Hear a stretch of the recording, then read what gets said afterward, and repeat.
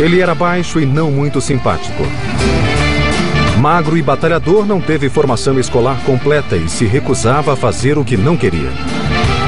Sua voz era apenas razoável. A música que ele cantava desafiava a disciplina, mas com essa música ele agitou o mundo.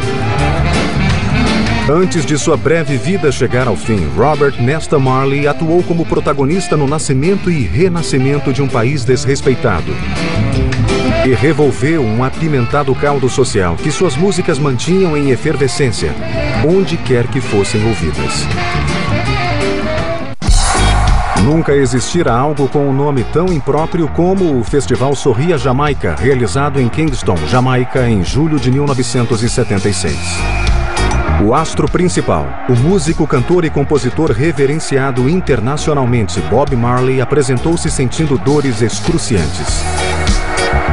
Ele havia levado tiros no peito e no braço apenas alguns dias antes de homens que tentaram matar a ele e a sua família. Mas Bob compareceu porque o partido político que governava o país havia implorado para que ele viesse. Sua missão era refrescar uma Jamaica em chamas para o primeiro-ministro Michael Manley. A ilha vivia um período anárquico, enquanto os partidos rivais e as eleições vindouras contrastavam com armas, tumultos e saques. Os arruaceiros que dias antes tentaram matar Marley e sua família eram chantagistas que se alimentavam do caos. Enquanto 80 mil pessoas lotavam o National Hero Circle em Kingston, um valente Marley realizava sua heróica apresentação de 90 minutos que encantou a cidade. O resultado foi um pequeno milagre. Em menos de 2 horas, Bob Marley transformara uma multidão explosiva em um público alegre, com boas energias fluindo por todos os lados, até mesmo entre os políticos. Que tipo de vida havia formado o primeiro herói mundial jamaicano e a fantástica música que ele criava? There was a new view of Jamaica. And that was the genius of Bob Marley during this period, something that had to do with just general interpretations of justice, general interpretations of the respect for human rights and the dignity of peoples. And that was, I think, one of just the signal aspects of Bob's magic and his incredible ability to really reach out and to personify what society was really thinking about, wrestling with. In India, some people I'm sure don't know Elvis Presley, they don't know the Beatles, but Bob Marley's played. Bob Marley's played in Africa, Bob Marley's played in Cambodia, he's played everywhere. And so people look to Jamaica. Entender a Jamaica, onde ele nasceu em 6 de fevereiro de 1945, é entender Bob Marley. A bela ilha caribenha não oferecia nada aos descendentes dos escravos que haviam sido trazidos para trabalhar nas plantações de cana-de-açúcar.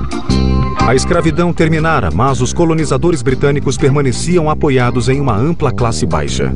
Ter pais de raças diferentes como Bob tinha não era raro, mas a mistura de classes entre eles, sim. Sua mãe, Cedília, pobre e negra, teve Bob com Norval Marley, um administrador britânico branco muito mais velho do que ela. Norval se casou com Cedília para legitimar o filho antes de ir embora. O jovem Bob comprovou ser muito inteligente enquanto frequentou escolas públicas, mas era quieto e normalmente mal-humorado. E tinha razões para tanto. In Kingston, in the ghetto, you were separated from everybody. The government didn't want to know you, the middle classes didn't want to know you, nobody wanted to know you, you were a complete outsider. And Jamaica has the legend out of many one, and unfortunately that was completely opposite to the truth, because out of many were many. And the darker skinned you were, the lower down in the social pecking order you're going to be. Mas o que Bob sempre teve enquanto vivia em Kingston foi a música. Ela estava em todas as partes e invariavelmente em estado de transformação por conta do alegre embalo rítmico da Jamaica. There was an indigenous form of music called mento, which is similar to calypso. Calypso was also popular from Trinidad. There was a merengue from Haiti, which was also popular and played in the early sound systems, which was grown in the 50s. So there's huge varieties of music. A atividade chamada de Sound System era o coração da indústria musical jamaicana. Em um país de poucas rádios e ainda menos estações de retransmissão, disc jockeys e empreendedores montavam alto-falantes improvisados sobre caminhões e passeavam pela ilha retransmitindo produções musicais por uma taxa de admissão. Para jovens esperançosos como Marley, era a única forma de mostrar sua música. Clement Seymour Dodd, chamado de Sir Coxsone Downbeat, comandava o negócio. Era uma honra fazer um disco com ele por alguns dólares para ter tocado para públicos de toda a Jamaica. O jovem Bob Marley então usou a voz de cantor que herdou da mãe para se unir a esse exército esfarrapado de vendedores de músicas. It was a music machine. All the artists were employed as day rate labourers. They got no royalties. They paid a wage to sing this song. So Bob would sing What's New Pussycat. Bob would sing Amen. Bob would sing This Train. He'd be singing spirituals. He'd be singing English pop songs, American pop songs. He wasn't the world's best singer. He wasn't massively talented at music, but he had a huge passion for it. And he learned from all those around him. Wherever he went, he absorbed, he practiced, he learned. Norville Bunny Livingstone e Peter McIntosh eram dois amigos de Bob na época e acabaram se tornando importantes colaboradores nessa fase de sua vida.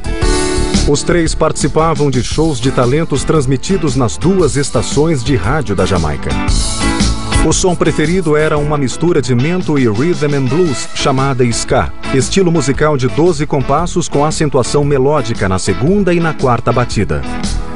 Marley logo começou a rabiscar letras para o novo ritmo em materiais improvisados como papel de açougue.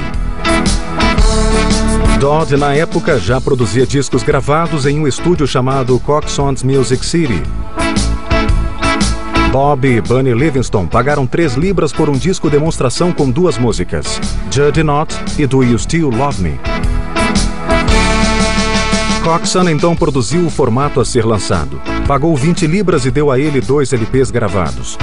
Bob ficaria ainda mais feliz se conhecesse alguém que tivesse uma vitrola.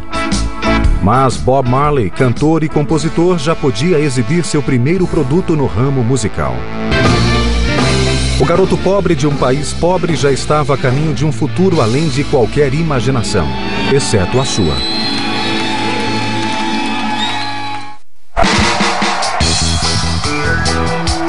Para os fãs que o idolatravam nos anos 70, o fenômeno Bob Marley pareceu ter chegado ao superestrelato vindo do nada.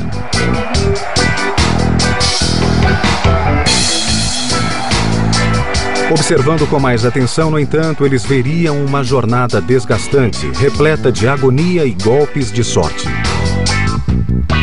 Um desses golpes de sorte se chamava Joe Higgs. Ele conheceu Bob no início dos anos 60. Higgs era um talentoso cantor e compositor na favela de Kingston, conhecida como Trench Town. Ele criou uma clínica de música gratuita frequentada por Marley, Bunny Livingstone e Peter McIntosh, já conhecido como Tosh. Joe insistia para que eles escrevessem sua própria música e fizessem apresentações de qualidade. Higgs ficou particularmente interessado pela força interior da voz em evolução de Marley e pelo fato de ele chamar a atenção sem a necessidade de gritar e pular no palco. O jovem grupo escolheu o nome Wailing Wailers, uma referência à triste origem dos três. He was teaching Bob things about the guitar, and Bob was very serious. That's one of the things that came through right through his life. Bob was very serious from the very beginning, very dedicated, as if he had a sense of mission. And he was there struggling with this guitar, sitting on the kitchen floor, learning chords and so on, until the wee hours of the morning. He just passed out right there on the floor with the guitar in his hand. Logo, Marley e os Wailers, com acompanhantes que sempre mudavam, começaram a subir na cadeia musical de Trench Town. Eles estavam no raio de ação de Coxsone Dodd, que se tornou o empresário do grupo, obteve o direito exclusivo de lançar seus discos e lhes pagava impressionantes $20 por lado gravado. Dodd chegou a dar aos três um adiantamento para que comprassem ternos dourados de cetim usados nas apresentações. Quando a Jamaica ganhou sua independência da Grã-Bretanha em 1962, os Wailers já tinham destaque na cena musical da ilha. Marley se tornara um herói local e as garotas da região passaram a notá-lo. You're at First Street. This is where Bob Marley used to be before he came out so big and established. This is the yard where he used to sit and write his music. This is where he used to sit with Georgie and Tata. Yes, this is where he really originated from. A bela Rita Anderson, filha de um carpinteiro, era uma boa musicista e mãe solteira. Ela gostava do genioso e atraente Bob Marley e sempre estava perto dele. Eles se tornaram bons amigos e em 1966, marido e mulher. A impressionante série de filhos de Bob, cerca de 22, dentro e fora do casamento, caracterizaria o que seria uma longa e incrivelmente tolerante união. Logo, Marley começou a notar mudanças sinistras na Jamaica, tanto na atitude do povo quanto na música. As letras e a energia das canções de mais sucesso já não eram tão leves e doces, soando como hinos sombrios da classe baixa de Kingston. Havia uma repressão oficial a essa música, batizada de Rude Boy. Mas ela vendia muito e Bob se sentia cada vez mais atraído pelo estilo. Os Wailers pegariam essa onda. Boa parte da atitude Rude Boy derivava da crescente ligação dos jamaicanos com o movimento Rasta, uma religião peculiar da ilha. Os Rastafaris reverenciavam o imperador Haile Selassie da Etiópia, também chamado de Rastafari, como um deus vivo que levaria os negros oprimidos de volta à sua terra na África. Marley se aproximou da religião lentamente, mas não a deixou mais. It was a very powerful religion in that way because it spoke of black people, because in Ethiopian Coptic art, all the stories from the Bible feature black people. Bob acabou se unindo aos irmãos Rastafaris, considerando a maconha a erva da sabedoria que crescia no túmulo de Salomão e citando passagens bíblicas que estimulavam barbas e cabelos não aparados. Os homens Rastafaris usavam barbas irregulares e tranças chamadas de dreadlocks.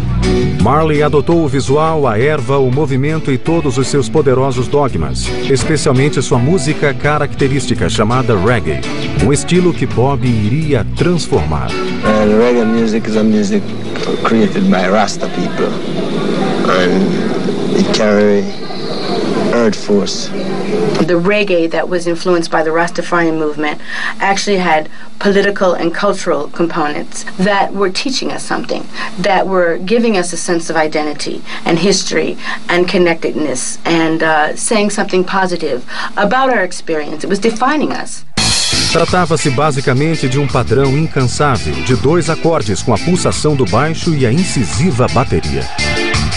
Tudo acontecia sem pressa e a música enviava a mensagem de que Bob Marley estava pronto para enfrentar uma longa jornada em busca de seus sonhos. Em 1967, ele tentou ganhar mais espaço assinando com a GAD Records, uma empresa formada pelo popular cantor americano Johnny Nash e pelo empresário Danny Sims. Nash fez Bob acelerar o ritmo de suas músicas. As obras perderam a ginástica de agudos e se tornaram mais impulsivas e críticas. Os Wailers trabalhavam com frequência e Bob ganhou bastante para comprar um novo carro e decidir tentar a sorte na Europa com a GAD. Ele teria literalmente e no sentido figurado uma fria recepção.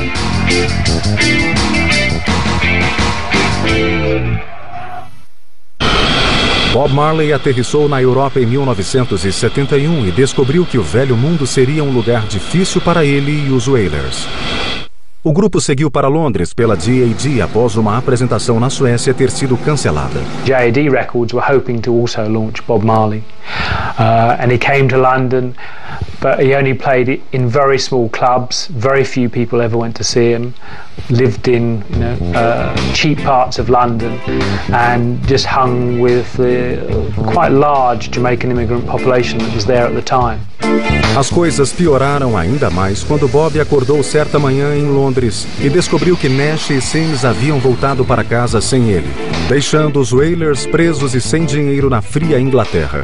O clima torturava Marley. The weather was totally, opposite to what they were used to, and touring in the winter was no fun, I guess. Even to this day, it's not really much fun, but especially for them coming from Jamaican climate where it was always hot and didn't have to freeze on the way to a gig, during the gig and after the gig.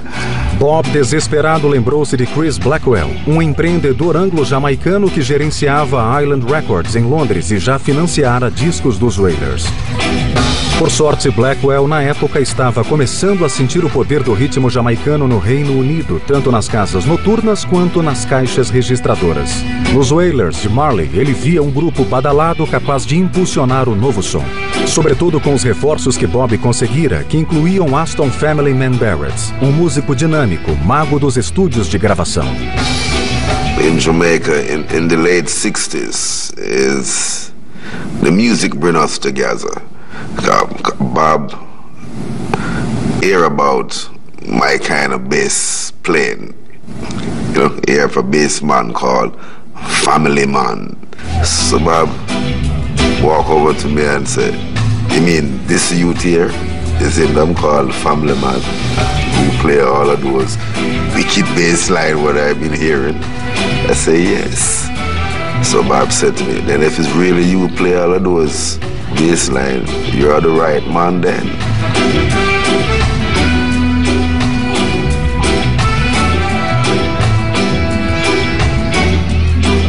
So I am teaching Bob to play the guitar more, teaching him more chords. As him always said in one of his interviews, he could play the guitar much better, but Family Man won't show him any more chords. You know, I tune his guitar. I am the last man touch his guitar before we hit the stage every night. Well, anyway, they make a deal like for a 3-album deal. So Bob is gonna sing lead and play the rhythm guitar. Bunny gonna sing harmony. Peter gonna sing harmony and play lead guitar. My brother on drum, Earl Linda on keyboard, and I on bass. So that's the 6 of us. Bob Marley went back to Jamaica in late 1972 and set about creating what became Catch a Fire. Some of the music was already pre-existing and some of it sort of recycled in a simple manner. This was delivered to Chris Blackwell in early 1973. The album was famously packaged in a cardboard replica of a Zippo lighter. So it was a tactile, interesting object which got it talked about. O disco também vendeu muito bem e preparou o terreno para o passo seguinte de Bob Marley nos campos minados da música mundial. Apesar de toda a badalação em torno de Marley após o bem-sucedido lançamento de Catch a Fire, sua banda encontrou dificuldades tanto em casa quanto no exterior. Um de seus problemas era a percepção negativa da imagem Rastafari de Marley. Muitos produtores e boa parte do público achavam que a violência das ruas na época já era ruim o bastante sem os arruaceiros com dreadlocks para alimentá-la. Rastaman was always seen as the lowest of the lows. You know, there's stories of where, for instance, at one point a Rastaman went into one of the top hotels in Jamaica and went into the pool, and then they immediately drained the pool. Change, once it's being talked about, once it's being broached in any society, generally is looked at with great suspicion. And Bob Marley, as he came on the scene, as he attempted to influence the Jamaican reality, was obviously the full target and focus of that kind of suspicion. Mas em Londres, Chris Blackwell ainda conseguiu marcar um show para os Wailers no elegante clube noturno Speakeasy, epicentro da música britânica. Era uma incrível oportunidade e Marley a aproveitou muito bem. It was a big occasion, big event, because it was the first time a black act had played in the Speakeasy Club, because the Speakeasy Club was the bastion of the white rock world. It's where the Rod Stewarts and the Elton Johns and all those would go and hang out and, you know, do little impromptu gigs and stuff like that. So I think the record company, Island Records, which was owned by Chris Blackwell, I think he saw it as a way of them breaking into that circle. And I do remember the nights when they played, I was there, and it was full of all, you know, all the rock fraternity, and they were just completely astounded by this black man jumping around the stage and, you know, and performing like a rock star. And after that, they write up in the paper, say that the first song we play, it casts a spell upon them, and after that, it was like magic. O sopro de sucesso ainda não havia trazido recompensas fabulosas, mas era um bom sinal. Bom demais para alguns membros da banda. Logo, o grupo original de Bob Marley, que permanecera unido diante de tantos reveses, começaria a se separar.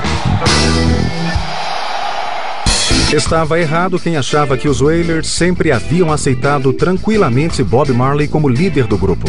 Tanto Bunny Livingston quanto Peter Tosh eram artistas sensíveis e voláteis, sempre incomodados com a ideia de que Bob ou qualquer outro fosse mais importante do que eles. Então, confiantes de que tinham a mesma voz e o encanto pessoal de Bob Marley, se não mais, eles começaram a se afastar.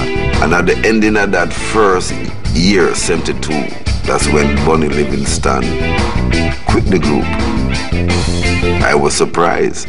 I said, oh, can you get such a deal, 3-album deal, and lease your label for 15 years and quit?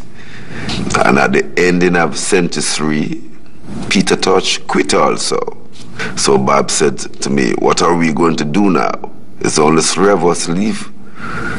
I said, 3 of us can make it work. As the power of the Trinity, you know. Desde o início dos Wailers, qualquer designação de liderança havia sido deixada de fora do nome da banda. Mas com a saída de Bunny e Tosh, o óbvio prevaleceu no novo título, Bob Marley e os Wailers. He became a fabulous songwriter, and it was his medium for communicating. So although he wasn't musically talented in the way that many people think of as a musician like Stevie Winwood or Stevie Wonder, he had an enormous desire to communicate with people about his experience and his beliefs. E de repente a banda de Marley, que sempre lutara para conseguir trabalhos significativos, começou a se ver no centro da demanda mundial em razão de seus talentos cada vez mais óbvios.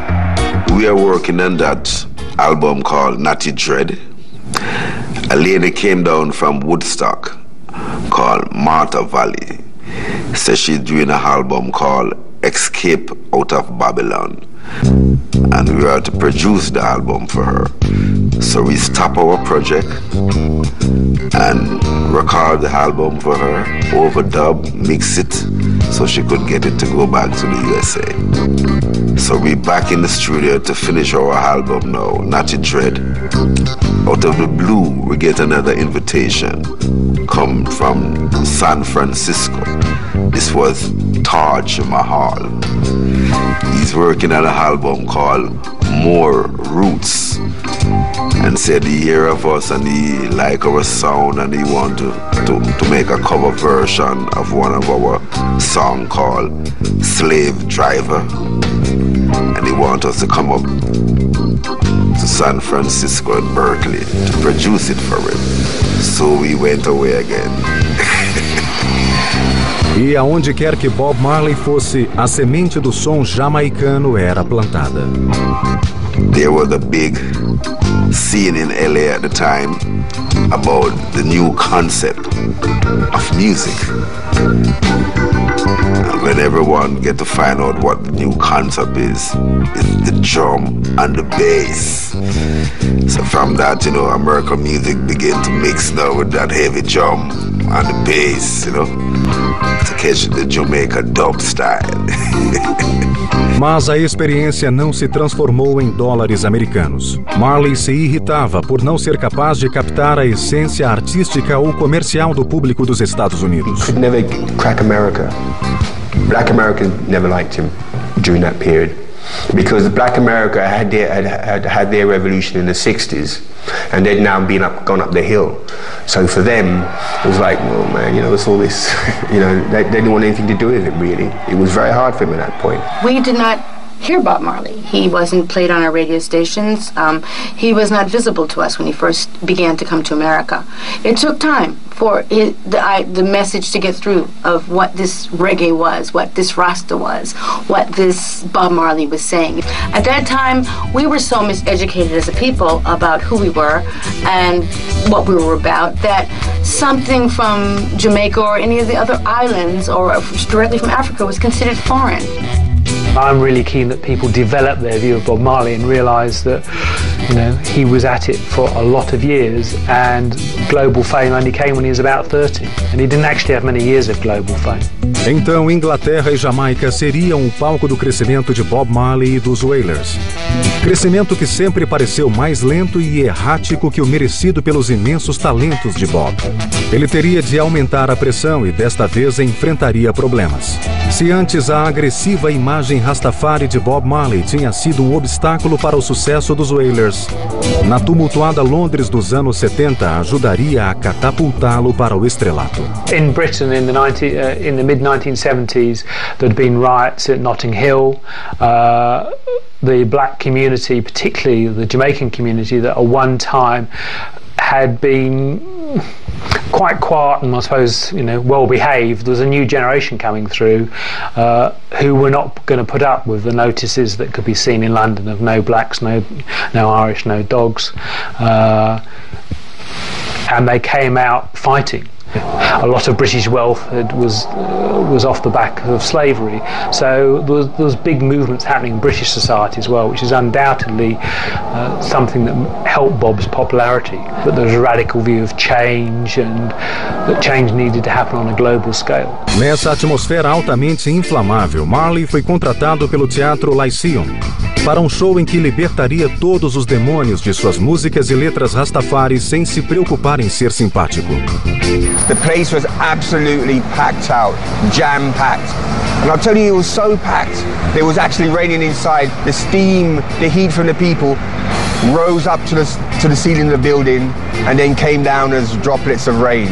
It was an incredible sight. There was even people climbing somehow on top of the roof, trying to get in, because everybody wanted to see the mighty, the one and only, the great Bob Marley. When they came out, they knew they had seen and heard the beginning of the new order. It became one of those concerts that everybody wanted to have been at, everybody claimed to have been at, and the album, a live album which was released very shortly afterwards, really started to notch up some sales which were considerably more than had been achieved previously. Bob Marley tinha então de encontrar uma forma de lidar com algo que não chegara a ser um problema antes: o sucesso. Após ter feito sucesso na Europa, Bob Marley retornou para seu primeiro amor, a Jamaica. E pela primeira vez sentiu que podia estar em condições de fazer alguma coisa por seu belo, porém arruinado país. Bob clearly always had roots in Jamaica, and Jamaica was an important place to him. And he went back and wanted to try and become help with what was happening in that country. Bob gave that vibe of anything was possible. And suddenly in Jamaica, you had all these kids from uptown, as they call it, you know, starting growing locks. You see, before Bob Marley came along, it was the most taboo things you could do. But suddenly you see Bob Marley had a house next door to the Prime Minister. So it's okay, yeah, you know, go grow your locks, you know what I'm saying? He had a BMW. You know, one of the first men to have a BMW in Jamaica. You know, it's like, so everybody wanted to have a BMW. But apparently BMW hated it, the fact that, because they said it cheapened their cars. Bob Marley começou a ter dinheiro de verdade pela primeira vez na vida e não sabia exatamente o que fazer com ele. He had bought Chris Blackwell's old house at Hope Road, which was a colonial, you know, the uptown colonial part. So here was a Rasta man now living in the uptown part of Kingston, and it was the centre for a lot of Rastas, and you know, a vibe was happening around there. Bob Marley não tinha interesse em transformar sua nova casa na fortaleza de um milionário. Ela deveria representar aquilo que ele nunca tivera. Receberia não apenas sua família, mas pessoas de um círculo crescente, sócios de negócios, belas modelos, celebridades, qualquer irmão Rastafari que encontrasse um canto onde ficar. Mas Bob nunca negligenciou seu trabalho ou deixou de respeitar seus colegas mais próximos. Between us, it was just the Wailers, you know. It was a team effort. It was like a real band, you know. Everybody did what everybody else did. We all played soccer, we all ate together, we traveled together. to the press and maybe the promotion people, it was Bob and the Wailers. As far as he was concerned, he was just a Wailer, another, part of the chemistry. And I think everyone was equally important in making that, combination of lyrics and music that had that deep foundation and could, be rewarding to so many people. When we're in our musical room, discussing, jamming, grooving, getting our heavens together with our spiritual vibes, with little burn offering and things like that, That's how we come up with these strange kind of sound and concept of lyrics, and we put music to it. Bob would basically maybe have the structure of the song, but not completed. And we would, go in there with our ideas, rehearse, change a few things, come back, rehearse some more, then actually finish up in the studio. And sometimes he'd say, I don't remember writing this song. That's not how it started out, but I like it. Our plan was to turn Tuff Gong into a little Motown. Was to take up all of these other artists off the street who've been mistreated over the years and bring them into Tuff Gong and get other bands too and other hacks. It is said that half of Jamaica was existing off of his generosity. Half of Jamaica. And the half of Jamaica, we're talking about the ghetto half of Jamaica. Bob wasn't the kind of person who sat down and wrote a contract, and he was more into the brotherly love. We're brethren, we stick together, we trust each other.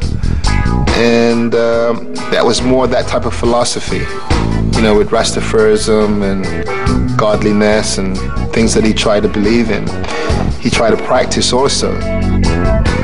Money meant absolutely zero to him. What he did do with the money, which I knew from one of the first times I worked with him on the first tour, he would always, on day offs, he'd always go to sports shops and he would buy like 24 pairs of football boots, 24 footballs, 24 strips, tons of stuff.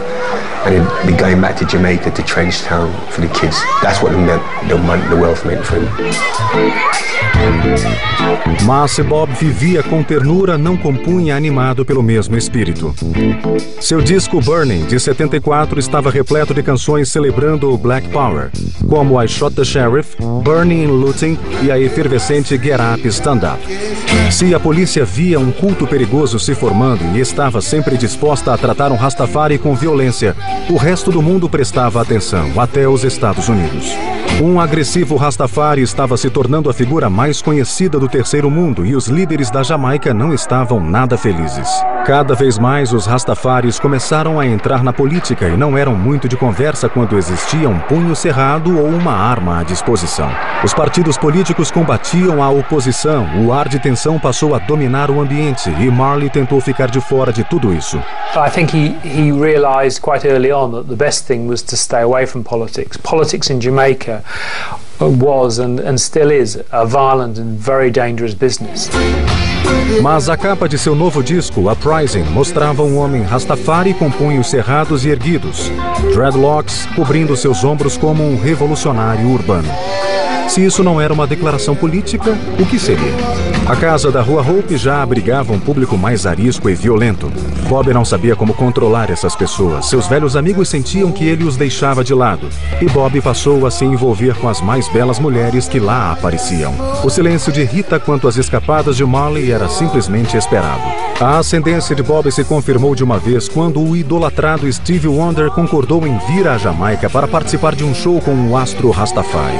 E quando o disco de sucesso dos Wailers, Rastman Vibration, foi lançado meses depois, Marley já superara o Wonder como o principal superastro musical no terceiro mundo. Nesse momento, enquanto o mundo inteiro se abria para ele, Bob cortou o dedo que tinha uma unha encravada em um jogo de futebol entre amigos. O machucado não cicatrizava, mas Marley preferiu não ir ao médico. Acabaria sendo um erro fatal. O que devia ser uma campanha eleitoral na Jamaica de Bob Marley em 1976 acabou sendo pouco mais que um terrível confronto entre bandidos que exigiam fidelidade, poder e dinheiro. Bob Marley não foi poupado. Homens ligados a um dos partidos políticos invadiram sua casa.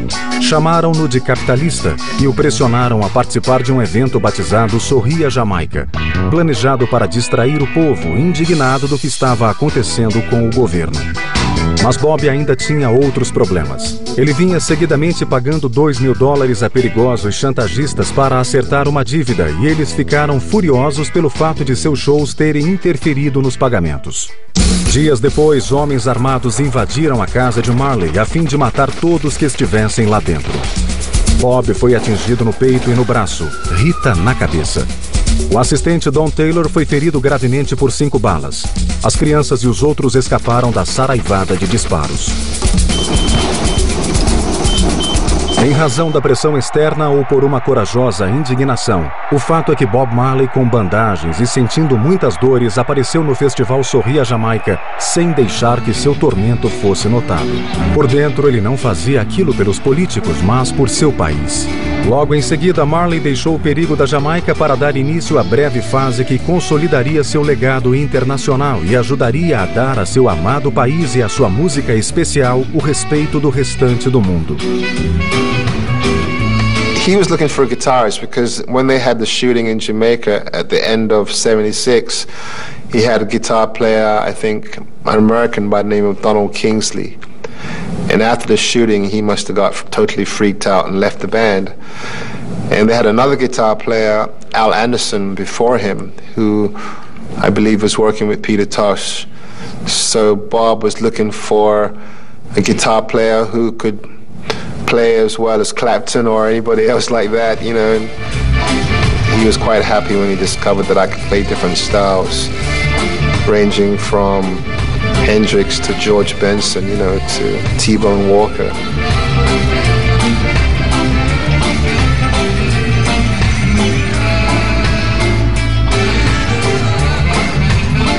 Not only did I have a reggae background, but I had a kind of rock and roll background as well. And I was able to make everything kind of fit rather than stick out like a sore thumb, you know. So he was quite happy that he could get that influence in reggae and people liked it. 1977, it was a big year for Bob. It was the first year that he really got chart success as we would know it now, with top 10 hits. Exodus was a big hit. He was becoming far more mainstream, one of the big acts that anybody would see, which was a huge journey for a boy from the third world. I joined at the time when it was taken off, you know, because Rastaman Vibration had made it into the American top 10, and Catch a Fire and Burning did pretty well also. And I think Exodus was my favorite and still the favorite of many people. So I came in at a really good point where they were, you know, they had the budget, they had the studio, they had the team behind them, you know, they had a good record company, good tours. It was like non-stop, you know. We were together 24/7, touring around the world, going to Japan, Australia, Europe, United States. It was very exciting. It was a lot of work, but it was very exciting. And being in a band that creating a new form of modern-day music made it even more exciting. Ele tinha se tornado não somente um agente de mudança no mundo colonial, mas seu porta-voz simbólico. Onde houvesse crises ou problemas típicos do terceiro mundo, Bob Marley aparecia e se oferecia para melhorar as coisas. Ele foi ao Zimbábue, a cerimônia que devolveu o país a seu povo depois de anos de submissão colonial. The ruler of Zimbabwe, the white ruler, had said that never in 1,000 years would things ever change in Zimbabwe, and almost in 1,000 days it did. Swear that I will be faithful and bear true allegiance to Zimbabwe and observe the laws of Zimbabwe. So help me God. This was perhaps the crowning moment of his life. To be invited to Africa, the only performer from outside of Zimbabwe to come and to perform and to be the featured performer. This is what his songs were all about. He saw himself as a freedom fighter, and, you know, in my opinion, Bob was the freedom fighter. O que tornou essas últimas apresentações ainda mais impressionantes foi o fato de Bob Marley saber que estava morrendo. O inofensivo machucado no dedo do pé, que não foi bem tratado, se transformara em câncer que se espalhou por seu corpo. It was very sad for us because we were just, you know, kind of like taking off, and everyone was very into what we were doing. Everyone was very excited. Everyone was very focused, and Bob was creating a lot of really good material with the help of the band, and everything was just going for us. You couldn't foresee that happening, and nobody dreamed that it would happen that way, you know, so it was like a shock treatment when we found out that he had like a tumor in his brain and wouldn't be touring much longer, and, you know, what might be called the end. He was basically on his way to Switzerland for the treatment. And what I remember was really sad was we both sat down together in the apartment and we spoke. But he never spoke in the same positive way that we normally spoke when we spoke to each other. And then eventually he got up and went to a room and came back with all these gold discs and platinum discs and was showing it to me. And I kind of felt somewhere along the line he was kind of saying to me, do you think it was really worth it, Dennis? You know, I think somewhere in the line he wasn't quite sure what it was all about.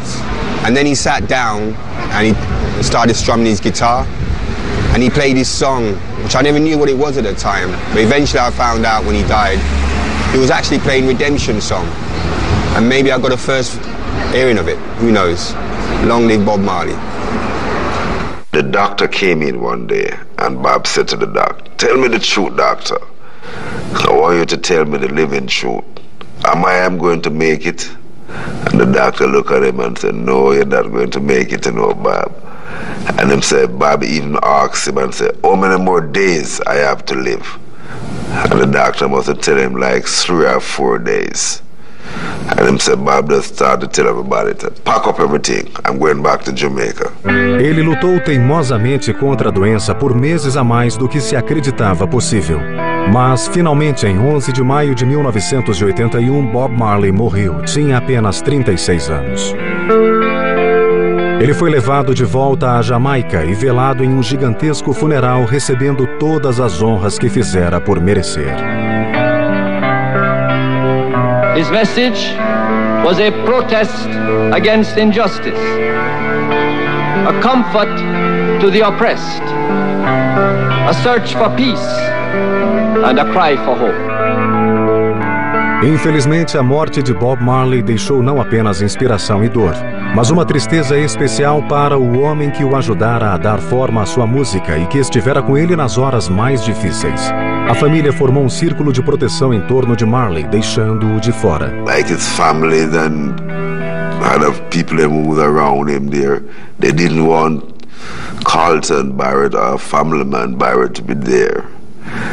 Because after a while I get to understand that all the people who was up there, they all went up there to get money. Bob would held on his head like this in tears. Was crying to see me, and they don't want me to get close. In this day and age, you have to be legally, you know, accounted for. But we were too busy like having a good time and playing the music and thinking that everything was going to be great. Not everyone thinks like Bob. So we had to live with that afterwards. So here we are still celebrating the music of Bob Marley and the Wailers and trying to, you know, keep going on. Apesar de Bob Marley ter deixado a vida terrena cedo demais, 26 anos atrás, a batida exuberante de seu coração persiste. Ouvida todos os dias por milhões de pessoas no ritmo hipnótico dos hinos do reggae que o tornaram imortal.